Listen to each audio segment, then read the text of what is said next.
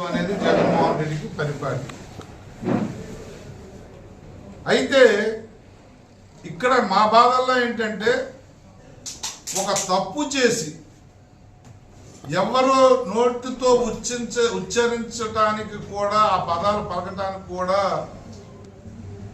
ఒప్పుకొని తిట్లు నువ్వు ముఖ్యమంత్రిని అంబటి రాంబాబు తిడితే ఒక స్వతంత్ర సమరయోధుని పొగిడినట్టు ఇంటికి వెళ్ళి ముందు మీడియాతో పొగిడావు, ఇంటికి వెళ్ళి కూడా ప్రెస్ మీట్ పెట్టి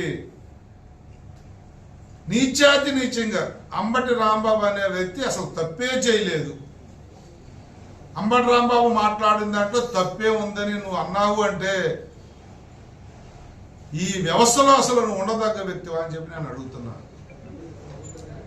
అంత ఘోరంగా నీలో చిత్తశుద్ధి ఉన్న నిజాయితీ ఉన్న నీలో సమాజం పట్ల గౌరవం ఉన్న అంబటి రాంబాబు వాక్యాలను ముందు నువ్వు ఖండించావు. 5 సంవత్సరాలు ముఖ్యమంత్రిగా చేశావు, బ్రహ్మాండంగా గొప్పలు చెప్పుకుంటూ బతికేస్తావు. మరి అంత నీచమైన భాషని మాట్లాడితే ఆ మనిషి భాష మాట్లాడింది కరెక్ట్ కాదు అని ఒక మాట నీతో ప్రజలు అనిపించలేకపోయారంటే నీకు ప్రజల పట్ల నీకున్న మక్కువ ఏమిటో, ప్రజల పట్ల నీకున్న గౌరవం ఏంటో మాకు మరోసారి తేటగలమైంది.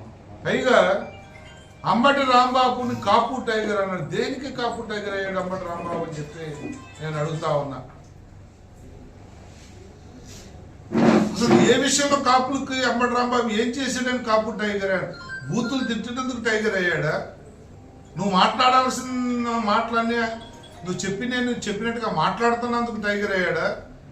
కాపులు ఇలా మాట్లాడతారా అని చెప్పి మిగతా వాళ్ళు అనుకుని కాపులు పొరుగు తీసినందుకు కాపు టైగర్ అయ్యాడా?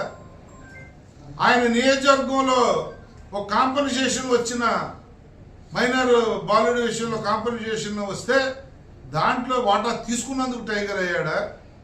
లేకపోతే అసలు కాపులను ఆయన ఉద్ధరించింది దేనికి, ఏంటి చేశాడో ఒక 2 మాటలు నువ్వు ఒకసారి చెప్పాలి జగన్మోహన్ రెడ్డి గారు అని చెప్పి అడుగుతా ఉన్నా.